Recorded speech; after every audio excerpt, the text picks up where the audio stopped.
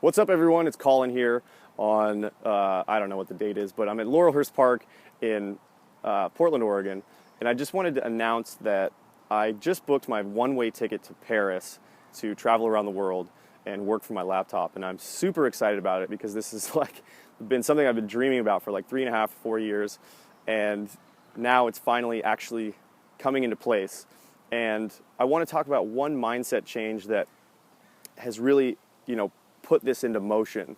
So I recently actually was able to, was given an opportunity to talk at World Domination Summit at one of their small workshops. So I gave about a 5-minute talk to a couple hundred people. It was terrifying, and had I not been doing this looking stupid journal, I probably would have said no. But despite the journal, I was like, yeah, I'll give the opportunity to look dumb in front of a couple hundred people. So it actually went really well, and I was completely terrified before I went up there. It was one of the scariest things I've done in a long time. And I could feel my heart just like reverberating through my body before I went up on stage.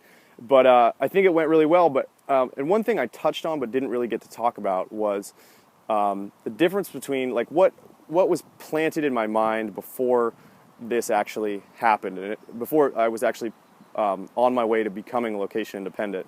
And what that was about a year ago in August that I was, Steve Pavlina's Conscious Heart Workshop. So it was about like living a life of your dreams and doing work you love and making enough money that you can sustain your lifestyle.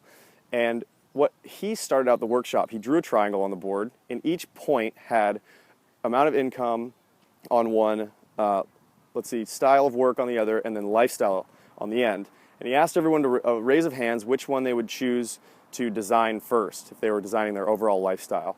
And, about a third of the room chose each one. And then at the end, he said, he argued why he would choose lifestyle first.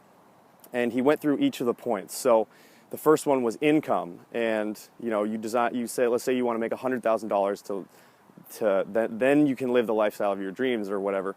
But you still are part of that. Whatever you need to do to make that $100,000, that might make sacrifices in your lifestyle or in the style of work you want.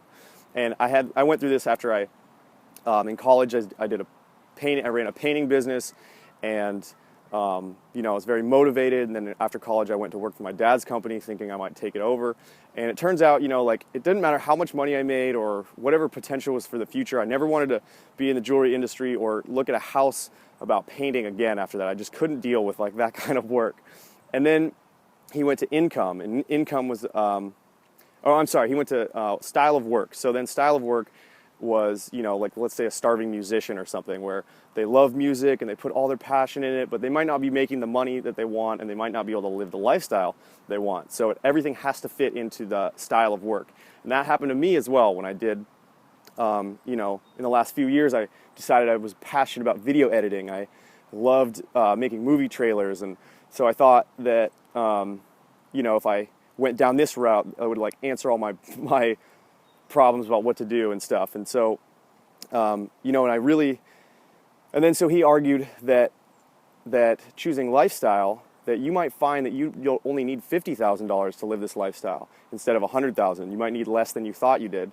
And then the style of work, you can always choose something that isn't maybe your most passionate thing, but once you learn how to craft your own lifestyle, you can make a whole lot of other options fit into that lifestyle and different styles of work rather than the opposite approach.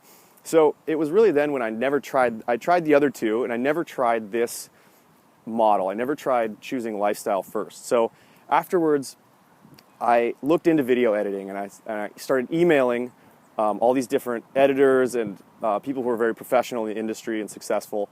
And what I gathered from everyone was that, yes, it's possible to live location-independent lifestyle and be a video editor. On average, it takes 15 years to do so because you have to build up your clientele, you have to be in the industry, people have to trust you, you have to build up a body of work. And I couldn't do that. I didn't love video editing enough to put 15 years into it, waiting for the day I could live my lifestyle. So I chose a different approach. I said, okay, I want to be location independent, and I want to making a few thousand dollars a month or something to sustain me on the road. And that's when I found writing. And it's not fun writing, it's not creative, it's something that I can do. I'm not great at it, but something I can learn how to do.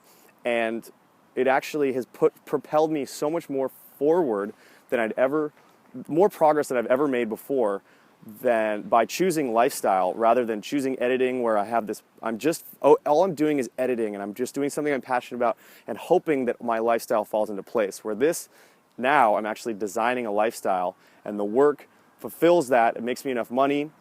And then once I'm once I'm living this lifestyle, I can always figure out new ways to work and new things to do, and how much money I need to make. So just, if you've been thinking about the other two ways like I had, income or passionate work or something, try on looking at what lifestyle you could do to how you could design your lifestyle. Like, one of the most effective exercises I've ever done was written out a ideal day exercise. So give that a try and start thinking about what lifestyle you want to create and what kind of work could be fit into that model. Thanks.